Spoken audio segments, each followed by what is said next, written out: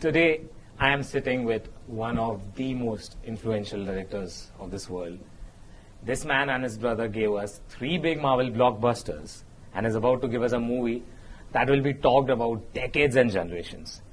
Ladies and gentlemen, we have Joe Russo in the house.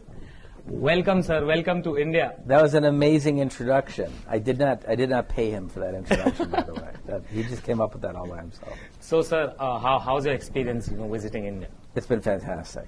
It's crazy when you're doing the press junkets because, you don't get to spend a lot of quality time because you're working and talking the whole time. But it's been fantastic. The country, we had a great fan event last night, and the fans were just incredible. We saw a photo of yours savoring on the Indian food. Yes. How was it? Did you like it? Fantastic. I love Indian food.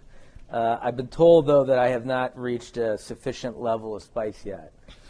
So I've got to work on that today. Can I mention the fact Joe's looking like the doctor from Winter Soldier? He's looking exactly like the one Sir carried himself in. I'm wearing the exact outfit. That's amazing. You rescued Nick Fury. Yeah. So, sir, I wanted to ask, so this movie had a huge impact on the Indian box office. Yeah. This movie broke all foreign movie records in India. People were cheering in the theater when Thor arrived in Wakanda or Captain America came out of the.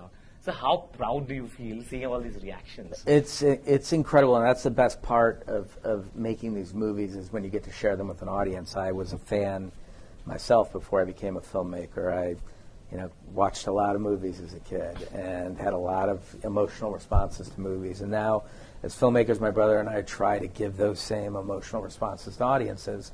And when audiences respond the way that they did in India during Infinity War, I mean, it changes everything about the movies and why you make them. And so it was a mandate of ours to come here first on the tour. This is the beginning of the press tour, and we haven't even finished the movie yet. And I jumped on a plane to come over here because of the way that the audiences here responded to Infinity War. That is amazing. So Joe sir has seen all your reactions in theaters, guys. You know it. So sir, I wanted to ask that last year I met Joe sir at the Singapore junket, and he promised me that he'll be coming to India, and here he is. So I thank you for that, first of all. And thank you for asking me to come here. Yeah. I'm so glad. And last year, in an interview, I jokingly asked him, like a fun question, who dies in Infinity War? And he answered me, everyone. And I'm tired. I'm not going to make. So, sir, I want to ask you how difficult it is as a filmmaker. So we have been seeing this Infinity Saga for 10 years. How difficult is it to protect the spoilers? What measures and what extent have you went through? I mean, I think that we've learned a few key lessons about how to protect spoilers. One, obviously, is that you don't give anyone the script. And so if they don't have the script, they don't know what happens in the movie. And with the actors, we write fake scenes or they get very limited amounts of material. When you're working on a movie like Infinity War, Star-Lord doesn't need to know what's going on with Captain America. They're in very different sections of the film. And so they just each get the lines from that section of the film that they're in. They can understand their motivation because they're following their storyline. So they ultimately don't know what happens. All of the characters who died at the end of that movie, a lot of those actors were told the day of what was going to happen. So we protected that secret for the entire shooting of the film. And then, of course, people like Tom Holland or Mark Ruffalo that don't get any script. We have someone just read their lines to them on set the day that they get there. That's all they know. That's amazing. Yeah. Tom and Mark are called spoiler bros. Yeah. I just heard a news today that Tom was not allowed to read the script or anything at all. He didn't know who he was acting opposite of. He had no idea what was happening in any scene in the movie. That's really challenging as a director. It's the only way to protect it's easier for an actor when they're doing interviews to not spoil anything if they don't know anything. So we've learned that lesson.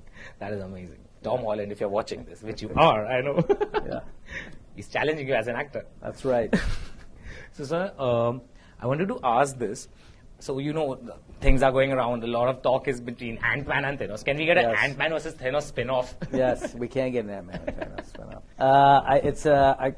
Have we traced the original source of the theory? I want to know who is responsible for it. Can we do that, guys? So Joe wants to ask who started off this theory.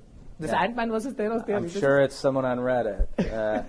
But it was a pretty ingenious theory. Too bad we didn't think of it before we made the movie.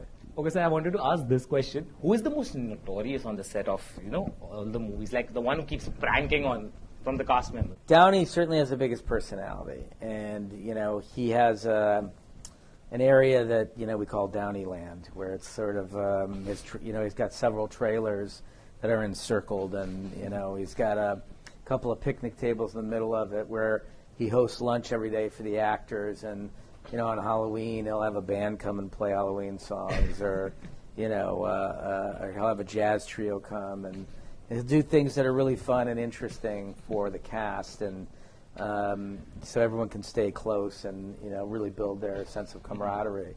So I think for certain he is the biggest personality on set. There was probably the coolest thing I saw the entire time we were working on the movies that we saw Robert do was, as a thank you for working with Chris Evans, he gave Chris Evans a car.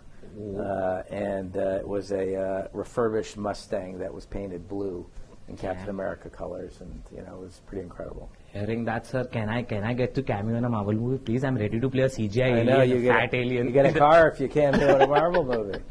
That is amazing. Yeah, just tell Robert what your favorite colors are. So last question I would like to ask. So it's my genuine request. Okay, please pass on this message to Kevin, sir. I love him, okay, and all his vision of how he has, brought this Marvel Studios ahead. And can you please request him to bring an Indian origin superhero movie in Phase 4 or Phase 5? I will absolutely request that when I go back. I think, like I said, I think it's getting incredibly diverse. You can just see it. It's evident in the movies that they're making. The performance of those movies at the box office is reinforcing the notion that these movies should be as diverse as possible and speak to global audiences. And people are so passionate here in India that I can only imagine how an Indian superhero would be received. Maybe we would be as excited as the Africans after seeing Black Panther. Indian movie, Maharashtra forever. Let's hope that happens very soon. Thank you, Joe, sir. It's an absolute honor to be here with you. Of course. Thank you so much. Thank you. I really appreciate it. Thank Great you so question. Thank you.